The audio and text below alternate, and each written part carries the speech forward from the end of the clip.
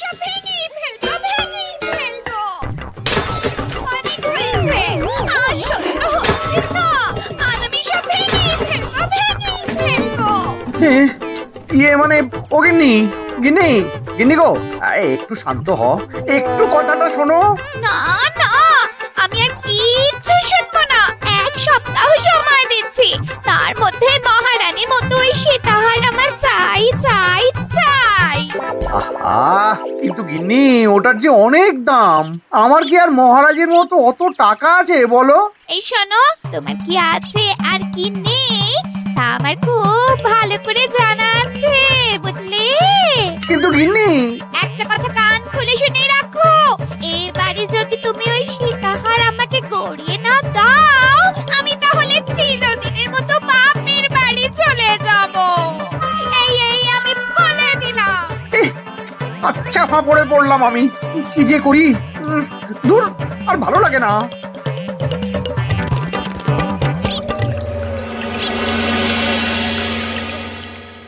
আজকে তোমাদের সকলের কাছে আমার একটা প্রশ্ন আছে। বলুন মহারাজ। আচ্ছা, ধরো তোমরা যদি এ রাজ্যের লোক না হতে, অন্য কোন রাজ্যের হতে, তাহলে তোমাদের কাছে কৃষ্ণনগর কেমন মনে হতো? মহারাজ, এক কথায় বলতে গেলে সমৃদ্ধ শক্তিশালী রাজ্য। বেশ, তা হঠাৎ এমন প্রশ্ন মহারাজ? আসলে বেশ কিছুদিন ধরেই আমি একটা কথা ভাবছিলাম। ঈশ্বরের দয়ায় আমাদের সবই আছে, তবু রাজ্যকে আরো শক্তিশালী ও অন্যান্য রাজ্যের সাথে সুসম্পর্ক বজায় রাখা একটা রাজধর্মে পড়ে। ঠিক বলেছে। ঠিক বলেছেন। বলি, তুমি কি এসব কথা কখনো ভাবো মন্ত্রী? হ্যাঁ, মানে আগে রোজ না, কিন্তু কখনো সখনো বোধহয় ভেবেছিলাম। কবে শুনি? ওই তো কিছুদিন আগে, ওই সেদিন। এটা ঠিক কোন সেদিনের কথা বলছেন মন্ত্রী মশাই? যেদিন আকাশে ওই দুটো সূর্য উঠেছিল? তোমাকে সবকিছুতে ফোড়ন কাটতেই হবে না গোপাল? হ্যাঁ, কি আর করি বলুন, আপনার কষ্ট যে আর সহ্য হয় না। যাই হোক, মুদ্রা কথা হলো, এসব কথা মাথায় রেখে এখন আমাদের কিছু করা উচিত। কিন্তু কি করা উচিত সেটা আমি ঠিক বুঝতে পারছি না। এই একটা করে রসগোল্লা খাওয়ালে কেমন হয়? এই, তুমি থামবে? মহারাজ, আমার কাছে একটা উপায় আছে। 10 দিনের একটা মিলন মেলার আয়োজন করলে কেমন হয়? খুব বাজে হবে। একটা মেলা কত ঝামেলার কাজ সেটা বোঝো? একেই কত খরচ, তার উপর আবার অনেক লোক। মোটেই না, এটা তো দারুণ বুদ্ধি দিয়েছো গোপাল। এমন কিছুই তো চাইছিলাম। ধুর, আর সবকিছুই আমার বিপক্ষে মনে হয়। দিনটাই খারাপ, আমি বরং চুপই থাকি। তাহলে সবাই শোনো, 1 সপ্তাহ পর কৃষ্ণনগর এক বিরাট বড় মিলন মেলার আয়োজন করছে, আর তার জন্য লোকজনকে নিমন্ত্রণ করার কাজ দেখবে গোপাল। যথাজ্ঞা মহারাজ।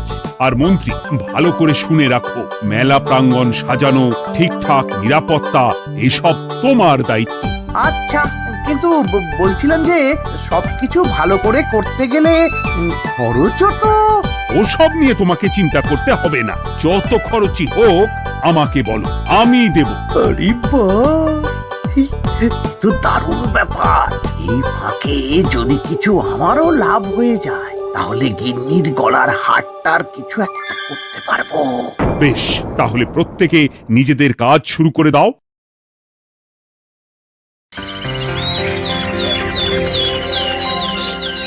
শোনো শোনো শোনো, 1 সপ্তাহ পর কৃষ্ণনগর মেলা প্রাঙ্গণে অনুষ্ঠিত হতে চলেছে 10 দিন ব্যাপী মিলন মেলা। সকল গ্রামবাসীকে এই মেলায় আসার জন্য আমন্ত্রণ জানানো হচ্ছে। শোনো শোনো শোনো।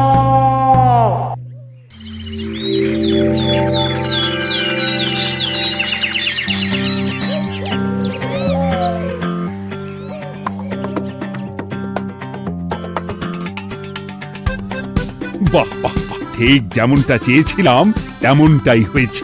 আর এসব কিছুর জন্য আমি গোপালকে ধন্যবাদ জানাতে চাই। কি যে বলেন মহারাজ, এই কৃষ্ণনগর তো আমার নিজেরই পরিবার। শেষ সব আমরা খুব ভালো করেই জানি গোপাল। আদিক্ষেতা একেবারে উতলে পড়ছে, এসব দেখে গা জ্বলে যায়। তোমার এই এত ভালো বুদ্ধি দেওয়ার জন্য আমি তোমাকে 50টি স্বর্ণমোহর উপহার দিতে চাই। এটা কি হলো? এরকম হলে কিন্তু আমি খেলবো না। কেন মন্ত্রী, তোমার আবার কি হলো? আমিও তো মেলার আয়োজন করেছি, তাহলে গোপাল একা কেন উপহার পাবে? সে তো মেলার জন্য অনেকেই কাজ করেছে, কিন্তু আসল বুদ্ধিটা তো দিয়েছে গোপালই। মন্ত্রী মশাইয়ের বোধহয় খুব হিংসা হচ্ছে। ঠিক আছে মহারাজ, আপনি বরং এই উপহার সকলের সাথে ভাগ করে দিন। না গো, কোনো ভাগ চাই না, তোমার উপহার তুমিই রাখো। যত সব।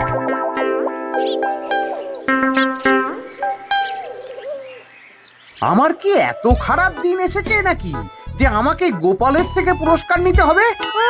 অনেক হয়েছে। না না না, এবার আমাকেই কিছু ভাবতে হবে মনে হচ্ছে।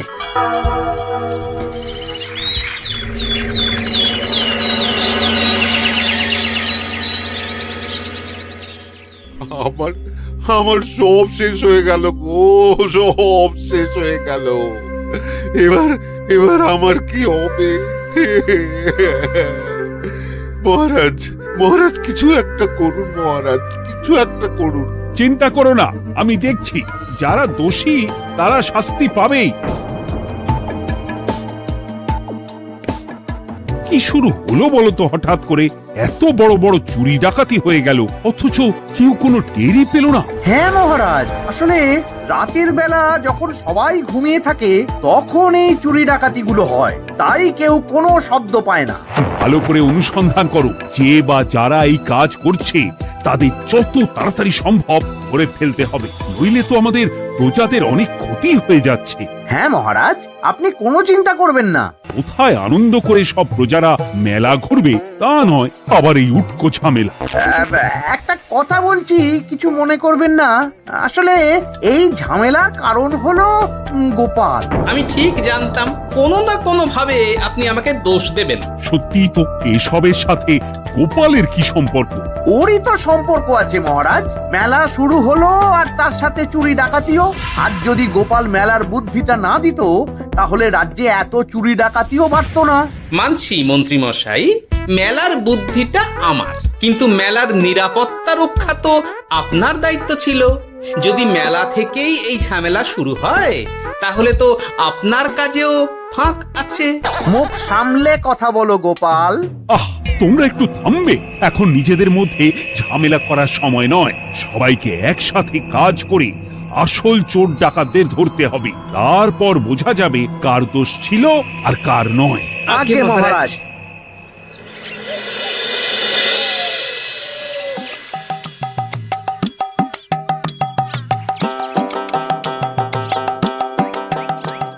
এই তো তুমি এসে গেছো। তাড়াতাড়ি মুখ হাত ধুয়ে বসো, তোমার জন্য একটা জিনিস এনেছি। বলো কি জিনিস? আরে আরে একটু অপেক্ষা করোই না, আমি আনছি। হ্যাঁ বেশ, আনো তাহলে। এই নাও, খাও। মিষ্টি দই। হ্যাঁ গো, খেয়ে দেখো তো কেমন। দারুণ সুন্দর স্বাদ তো গিন্নি। কোথা থেকে এনেছো? ভালো, মেলা থেকে এনেছি। ও জানো, বিনা পয়সায় গো। বিনা পয়সায়? তা কে দিল শুনি? আরে সুজন দইওয়ালা, বড় ভালো ছেলে। শুধু আজ নয়, ও রোজই মানুষকে ভালোবেসে না বিনা পয়সায় দই খাওয়ায়। হ্যাঁ বাবা, বেশ অবাক করা কাণ্ড। আসলে সুজনের দেশের বাড়িতে অনেক জমি জমা, গরু মোষ আছে। ও তাই বলে ওর টাকা পয়সার নাকি কোনো দরকার নেই, তাই ও বিনা পয়সায় খাওয়ায়। হ্যাঁ বুঝলাম। বাবা, খুব ঘুম পাচ্ছে এখন। ও গিন্নি, শোনো না, আমি বরং একটা ঘুম দিই এখন, বুঝলে? তুমি বরং বিকেলে আমায় একটু ডেকে দিও, ওর কাজ আছে। আচ্ছা বেশ।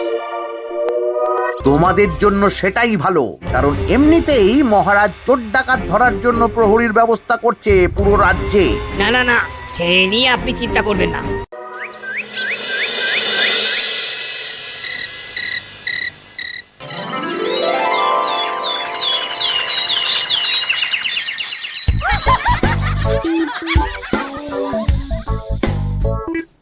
কই গো, ওরে আর কতক্ষণ ঘুম হবে? সকাল তো হয়ে গেল। সে কি গিন্নি, সকাল? তোমাকে যে আমি কতবার বললাম আমাকে বিকেলে ডেকে দেবে। তা বলি কবেকার বিকেল? গতকালে না আজকে? তোমার বুদ্ধিতে কি বলে গিন্নি? আমার বুদ্ধি নিয়ে কথা বলো, আগে নিজের ঘুমকে দেখো। গতকাল বিকেল থেকে ডেকে ডেকে গলা ব্যথা হয়ে গেল, কিন্তু ওনার ঘুম আর ভাঙে না। হতেই পারে না। পারে না? ওদিকে কাণ্ড দেখো, রাতের খাবার পর্যন্ত পড়ে আছে। হ্যাঁ, আজব কাণ্ড।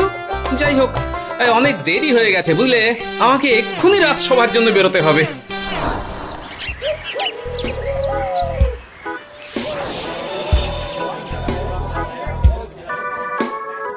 বাবা, এত ভিড় কি আছে এখানে? একটু কাছে গিয়ে দেখি তো। সত্যি সত্যি ভাই সুজন, তোমার হাতে জাদু আছে। এত সুন্দর মিষ্টি দই, এ স্বাদ ভোলার নয় ভাই। আচ্ছা, তাহলে এই হলো সুজন দইওয়ালা। ভালো মিষ্টি দই আছে, নেবে নাকি গো? পয়সা লাগবে না। জানি তো, সত্যি দারুণ স্বাদ এই দইয়ের। আমি খেয়েছি তো। তবে আজ নেব না গো, কাল এসে নিয়ে যাব। আচ্ছা আচ্ছা আচ্ছা।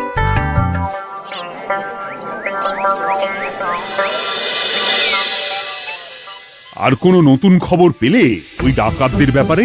না মহারাজ, এখনো ঠিক ধরতে পারিনি। ওরা বোধহয় বুঝতে পেরে গেছে যে আমরা খোঁজ করছি। মহারাজ, আমার মাথায় একটা নতুন বুদ্ধি এলো। রাতের বেলা করে সব বাড়িতে পাহারা দেওয়া শুরু করলে কেমন হয়? সব চুরি তো রাতেই হচ্ছে।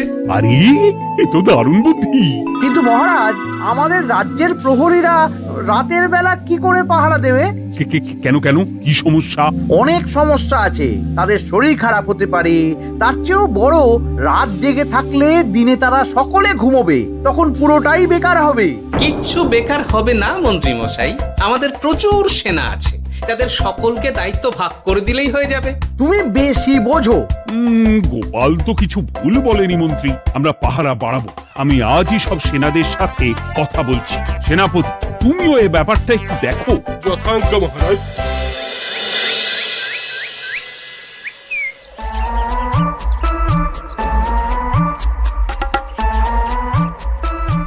চোর ডাকাতদের ধরার জন্য যদি একটা সূত্রের হদিশ পাওয়া যায় তাহলেই কেল্লা ফতে, কিন্তু সেটাই পাওয়া যাচ্ছে না বলেই এত সময় লাগছে।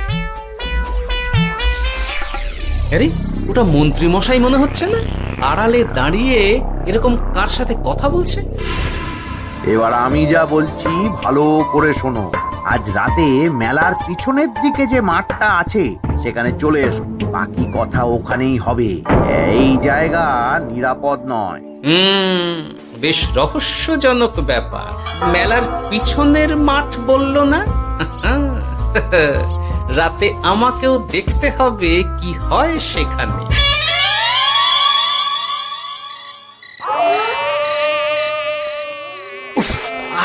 কি মশা রে বাবা, কখন থেকে দাঁড়িয়ে আছি, মন্ত্রী মশাইয়ের পাত্তা নেই কেন?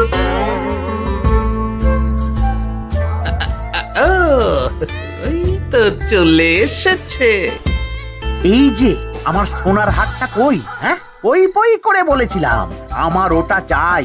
আগে কি আর বলি বলুন তো, ওই হাটটা আমাদের দলের প্রধানের খুব পছন্দ হয়ে গেছে, তাই কোনোভাবেই ওটা দিতে পারলাম না। কি এত বড় সাহস? আমার বলার পরেও তুমি এরকম করলে? বড় ভুল হয়ে গেছে মন্ত্রী মশাই, এবারের মতন ক্ষমা করে দিন, আর হবে না, এই কথা দিচ্ছি। তোমাদের জন্য সেটাই ভালো, কারণ এমনিতেই মহারাজ চোর ডাকাত ধরার জন্য প্রহরীর ব্যবস্থা করছে পুরো রাজ্যে। না না না, সে নিয়ে আপনি চিন্তা করবেন না। আমাদের ধরা পড়ার কোনো সুযোগই নেই, কারণ যে পরিমাণ ওষুধ আমি আমার দইতে মিশিয়ে দিই সেটা একবার যে খাবে মরার মতন ঘুমোবে। বাহ বাহ বাহ, সে তো খুব ভালো। করো করো। তার কোনো নতুন খবর পেলে? মেলা তো শেষের দিকে। হ্যাঁ পেয়েছি, পাশের গ্রামের বলরাম নামে এক বড় মহাজন আছে। পরশু তার মেয়ের বিশাল ধুমধাম করে বিয়ে। শেষ একটা বড় দান মারতে পারলেই আপনার আমার দুজনেরই শান্তি। আচ্ছা, এই ব্যাপার তাহলে। এসব কিছুর পেছনে মন্ত্রী জড়িত। এইবার বুঝতে পারছি কেন রাতের পাহারাতে ওনার এত আপত্তি ছিল। কিন্তু ওই লোকটাকে ঠিক আছে, এখন যাও, একটু সাবধানে কাজ করো আর আমার পাওনাটা ঠিকঠাক দিও, কেমন? সে কি সুজন দইওয়ালা? এবার আমার কাছে পুরো ব্যাপারটা পরিষ্কার হয়ে গেছে। না, কালই মহারাজকে সব জানাতে হবে, আর এদের হাতে নাতে ধরার জন্য একটা উপায় ভাবতে হবে।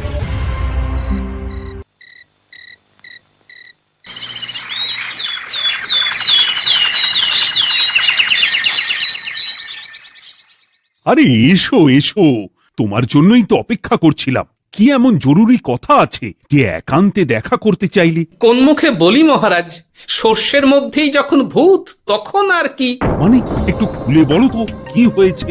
আমাদের রাজ্যের এই এত বড় বড় চুরি ডাকাতির পিছনে কারা আছে সেটা আমি জানতে পেরে গেছি মহারাজ। হ্যাঁ, এ তো দারুণ খবর। তাহলে আমরা এখানে কি করছি? এখনই তাদেরকে গিয়ে বন্দি করি? না মহারাজ, আমাদের হাতে কোনো প্রমাণ নেই, তাই ওইভাবে বন্দি করতে পারবেন না। কেন বলো তো, কারা আছে পেছনে? সেটা আপনি নিজের চোখেই দেখে নেবেন পরে। তবে এটা জানিয়ে রাখি, আমাদের মন্ত্রী মশাইও যুক্ত আছেন। কি? আমাদের মন্ত্রী? এত বড় বিশ্বাসঘাতকতা! আমি এখনই নিজের হাতে ওকে বন্দি করতে চাই। না না না না মহারাজ, সেটা করলে বাকি ডাকাতদের ধরতেই পারবেন না। তাহলে উপায়? আমি জানতে পেরেছি এই ডাকাতদের পরের নিশানা হলো পাশের গ্রামের বলরাম মহাজনের বাড়ি। বলরাম মহাজন? কাল তোর মেয়ের বিয়ে, আমাদেরও তো নিমন্ত্রণ আছে সেখানে। তাহলে তো আরোই সোনায় সোহাগা। শুনুন মহারাজ, আমার মাথায় দারুণ এক বুদ্ধি এসেছে। সে কি? হ্যাঁ, আপনি কোনো চিন্তা করবেন না, আমি শুধু যা বলছি সেটা করুন, বাকিটা আমি সামলে নেব। তবে দেখবেন যেন মন্ত্রী মশাই এসবের কিচ্ছুটি টের না পায়। বেশ বেশ বেশ।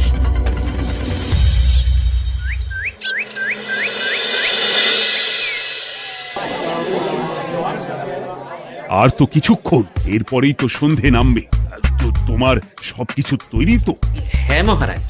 আরে মহারাজ আর গোপাল কানে কানে এত কি কথা বলছে, আমাকেও জানতে হবে সেটা।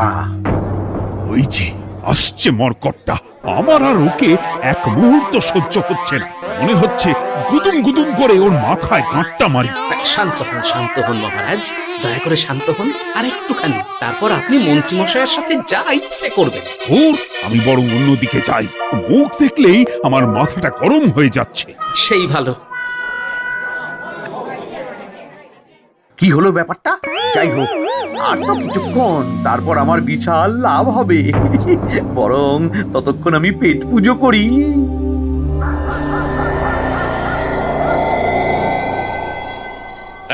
যা যা দামি জিনিস আছে সব দিয়ে দে। এই তো খেলা শুরু। এবার আর আমায় পায় কে? ও বাবা, এরা আবার কারা? সত্যি গোপাল দারুণ চাল চেলেছে। এই তোমরা এখানে কি করতে এসেছো? কেন, তোমরা যা করতে এসেছো? ডাকাতি? এমন তো কোনো কথা ছিল না। কার দলের লোক তোমরা? মন্ত্রী মশাইয়ের দলের লোক। এই রে, কি বলছে সব? কোথায় কোথায়? এই মন্ত্রী মশাই, এই কি বলছে এরা? আপনি দু নৌকোয় পা দিয়ে চলছে, আমরা থাকতে আপনি আরো এক ডাকাতের দলের লোককে ডেকেছেন। কি মন্ত্রী? শেষে কিনা তুমি? কি খেয়েছে রে, আর বোধহয় বাঁচতে পারবো না। কই, চুপ কেন? বলুন, মন্ত্রী মশাই সোনার হার ডাকাতি করে আপনাকে দেওয়ার জন্য এখানে ডেকেছেন। কি সোনার হার? আমাকেও তো একই কথা বলেছে। আপনি আমাদের থেকে খবর নিয়ে অন্য দলকে কাজ দিয়েছেন। এই না না, মিথ্যে কথা। কিসের মিথ্যে? আপনি ছাড়া তো আর কেউ জানতো না এখানের কথা। না গো, আমি শুধু তোমাদেরকেই কাজ দিয়েছি একদম শুরু থেকে। আর কোনো ডাকাতের দলকে আমি চিনি না, আমি তো নিজেই প্রথম শুনছি। মন্ত্রী, লজ্জা করে না তোমার? তুমি আমার প্রজাদের এইভাবে ঠকাচ্ছিলে? ইয়ে মানে মহারাজ আমি আসলে অনেক হয়েছে মন্ত্রী মশাই, আপনি ধরা পড়ে গেছেন। প্রহরী, বন্দি করো সবাইকে, আর মন্ত্রীকেও। আমাকে ক্ষমা করে দিন মহারাজ, আমি ইচ্ছা করে এটা করিনি। আসলে আমার গিন্নি কদিন ধরেই মহারানীর সীতাহারের মতো দেখতে হার বায়না করেছে। তার জন্য তুমি নিজেদের লোকেদের থেকেই চুরি করবে? আর কি করব বলুন, এক সপ্তাহের মধ্যে হার না দিলে বাড়ি ছেড়ে চলে যাবে বলেছে। তাই আমি এখন আপনি যেটা করেছেন সেটা যদি আপনার গিন্নি জানতে পারে তাহলেও বাড়ি ছেড়ে চলে যাবে। শাস্তি তো তোমাকে পেতেই হবে মন্ত্রী। আয়, কে আছো?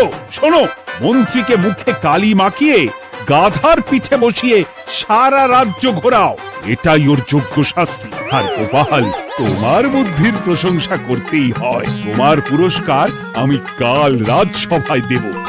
দূর দূর, জীবনে বিয়ে করাই ভুল হয়েছে আমার।